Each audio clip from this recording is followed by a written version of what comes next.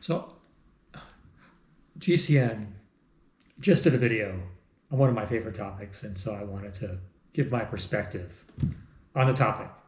It was one of those fun topics. I don't know if you saw the video. It's on heart attacks and high cholesterol. Anyway, during the video, which I recommend anybody, I always like those videos myself, health type things, and recommend it. And so they mention people that have genetically high cholesterol. And hey, that's me. So there are different types. Okay, so I'm one of them. And so, and I know what you're thinking. I'm not fat. Okay, I'm not fat.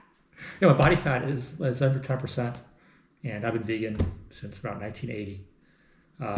But it turns out I have high cholesterol, and there's different types of people that have different genetics. Okay, and so my type is called a super consumer. So if I eat cholesterol, it instead of exiting my liver like a normal person, it goes through a defective gateway, gets injected back into the bloodstream. Where the cholesterol is actually smaller packets. They get smaller and smaller, and they travel on the lipoproteins. These are the lipoproteins that travel around, and they carry the cholesterol, which your body needs. But in my case, they're very small, little teeny packets, because they've been broken up over and over again. And that makes it actually more dangerous, because they can go faster, apparently. They're more irritating to the inside of your arteries. And so that's why, and I also was thinking, oh, I'm lying. You know, here's my test. I just had, actually, May 22nd. I take cholesterol tests regularly. And my cholesterol, if you saw, was 236. And high, you know, it's borderline high. And anything above 240, you really need medication, really. And so I've never taken medication. And so what I do is exercise. So of course, my diet. Luckily, I turned vegan in 1980, just coincidentally, because no one ever told me I had high cholesterol. So what happened was I started bike racing about 10 years ago or so, and I was going to take supplements and things, right? So I decided I'd take. You can order blood tests online. Wow, this is great. And so I started doing that, and the first test, my cholesterol was actually pretty normal. And I go, wow, that's great. There were other things that were in there, but I said, well, my cholesterol's fine. But turns out by the next year, you know, things changed, and my cholesterol eventually went up to like 260. And you know, because I only take a test once a year, right? So who knows? It could be, you know, throughout the year, it's going to be going up and down. So if you're only taking it once a year, you know, it could be anything. And anything above 200, you're apparently adding to plaque in your arteries, and you're going to die. So you want it to be under 200. That's what they say. But of course, it varies. And so what I've been trying to do is just, you know, high intensity exercise and diet. So, you know, I try at least every other day to get my heart rate up to at least 170-ish, you know, way up there, and for at least 10 minutes. And you know, because otherwise, see, the doctors, again, never told me that I had high cholesterol. It was a test myself that I finally figured this out about maybe 5 years ago. And then I went back and looked at my older tests. So it turns out my doctors knew at least 20 years ago. And they never told me that I had high cholesterol. And then, well, once I figured this out, you would think, well, my doctors would be interested.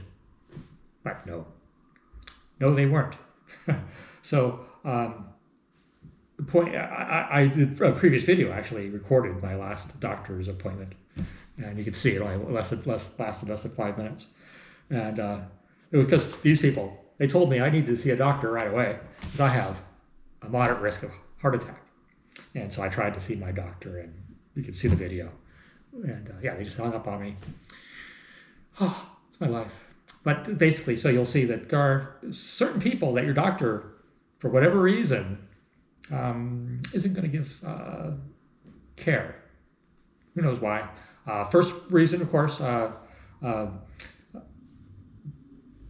they don't want to tell people things that will make them upset. Oh, you should stop this. Change your diet. You need to take this medication, or you need to do whatever. Another one that I saw recently was the hole in my face post. I don't know if you saw that. I always read those type of things too. And if you Google it, basically, there's all these stories, lots of them. And these are people who go to tanning beds, typically, or they love their tanning. They love their tanning.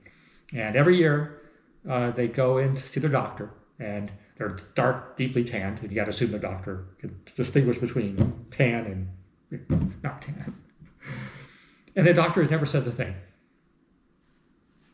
And they must have like some pool going on in the background. They're betting on who's going to get sick, right? Or they just don't want to lose patients. Tell people, don't do that. Could be, or there must be a lot of reasons, because it's just so common. I see every post story that I read about this goes the same way, where they either had a predisposition or some known risk factor, and the doctor just never helps them until it's too late. And maybe they want a super yacht, or putting down payment on a super yacht. Who knows? But there could be all kinds of reasons why they don't want to tell you, and that's so common. Rarely. Maybe there are. I'm sure there are doctors that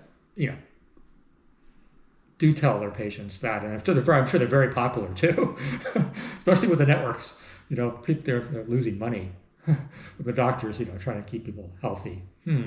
Something's up with that. But anyway, so with cholesterol, get it checked regularly. And just because you're thin doesn't mean you don't have high cholesterol, and you're on your own, basically. Typically. So you have to take your tests. I get 89 biomarkers checked every year, and it's not that expensive. It's about $1,000. But then you have to read it yourself, because your doctor is not going to help you with this. And none of it. There's so many different things in there. Because you'll find, once you do these tests, and you're like, what is all this stuff? Because you have to research it all yourself and figure it all out. But now with AI, that'll help a little bit, But see, like people think I'm very unique. So it's sort of a difficult thing. 1 in 400, they say. So anyway, that's my post. I'm just making dinner. Veggie, vegan, of course. And anyway, have fun. Don't die.